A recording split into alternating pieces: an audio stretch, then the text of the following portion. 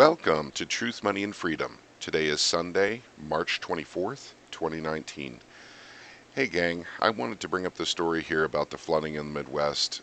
It's something we all know about. It's been on the news. It's been on every kind of news, from alternative to mainstream. But I want to talk about some of the effects of this because we understand that people's lives have been, devastated because they've lost, their homes, their properties, their cars, but it's more than that. It's highways, it's bridges, it's farms. That's the part I wanted to talk about. This is probably the worst we've seen since maybe in 1993. And the reason I wanted to warn you guys about this one is because the food costs are going to go up in the United States imminently. It's going to start very, very quickly. Within 2 months, we'll see, increased food costs because the supply will be down. Now, what do we grow here in the Midwest? We grow a lot of soybean, we grow a lot of corn, a lot of wheat, and a few other things too. But these are main staples here that are, these things are in almost everything, especially corn, grains, and wheat. Um, well, I know that I haven't been on YouTube for too long, but those who know me personally or in the Discord chat know that I've been a big proponent of storable food for about 4 years. Um, so, that's if you have storable food, you can weather these times. Because once again, having storable food, I don't want you guys to think that conspiracy theorists do it and doomsday preppers. Those are the guys who get storable food. No, I am not any of those. And I store food because I know the food prices are going to go up. All it takes is an event like this or something else, and the food prices go up. And before long, every bit of your expendable income is now going to the grocery store. I don't think grocery stores are going to close. I don't think they're going to be completely empty. I just think the prices are going to go up. It's just simple inflation.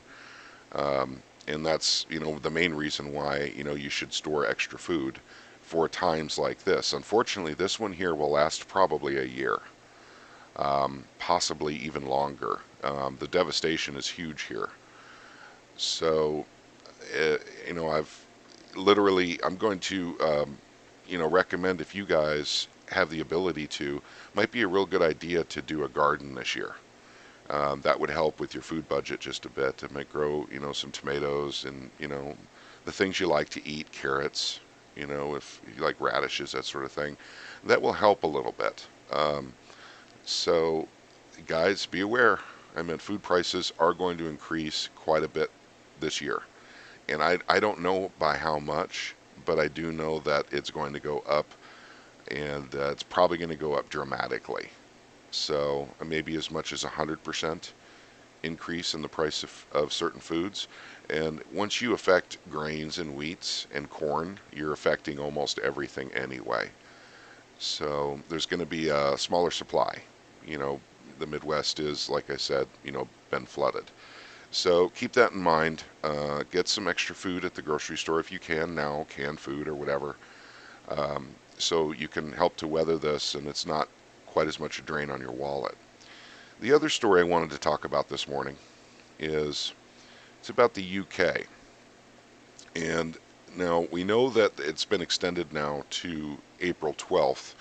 What I didn't know until last night is her cabinet, and I'm talking about Theresa May specifically, she's the prime minister. Her cabinet is saying that her days are numbered, and they put even how many days on it. They said 10. She'll be gone within 10 days. So I don't think this is a vote of no confidence. I think this is going to be an enormous amount of pressure from her party to resign because she has botched this Brexit so badly. She let it fail because she literally didn't want the Brexit to happen, I believe. The deals she kept bringing back to England from the EU were horrid. They were bad for England, bad for the British people, but really good for the EU. And this is why the deals were always, rejected by Parliament. This isn't, I don't think this is over borders with Ireland or whatever they called that, but I think this was just, the people of Britain needed something out of this to Brexit because um, the deals that she was coming back with, I think, implied that the the banking system was somehow still going to be intertwined, and that wasn't acceptable. Now, I don't know all the ins and outs of Brexit, and I don't pretend to, but I do know that there's a derivative structure in their banking system that literally ties all these international banks together in the city, which is, London's Wall Street. And unwinding those is is just an impossible task. It would take too many man hours to do it. No one knows what all these derivatives are worth. But I do believe that in the city of London alone, there's some $300 billion worth of these derivatives, possibly more. And they're having a really, really tough time, actually trying to get this taken care of. 300 billion, I'm sorry, it might even be 300 trillion.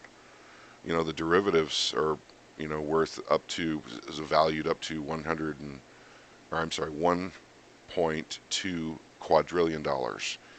And a lot of that is in the city of London, because of all the banks there. And that actually makes sense, because we have, New York, London has the city. Um, this is getting to get a little erratic here. We're not really sure exactly what's going to happen anymore, but there are people calling for her to resign. There is a lot of focus on this right now just to get her out. The cabinet member said the end is nigh. She won't be prime minister in 10 days' time. So she's got her head on the chopping block, if you will, and on the guillotine. Oh well, but how will that affect Brexit if she's forced to resign? I suggest that it's either going to be a hard Brexit or it's going to be an indefinite extension. Um, so either you guys leave, or you guys, everyone, all my friends in Britain, you guys leave, or you stay forever.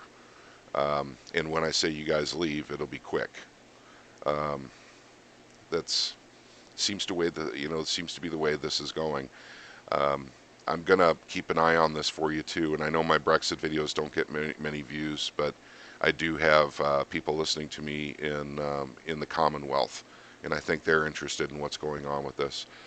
So, but that's all I have for you guys this morning. But remember now, here with this the flooding here, it's definitely going to affect food prices, and that's probably in the United States as well as Canada.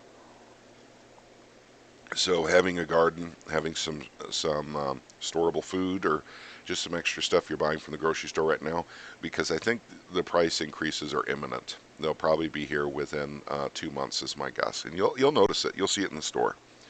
Okay, gang, you all have a wonderful day.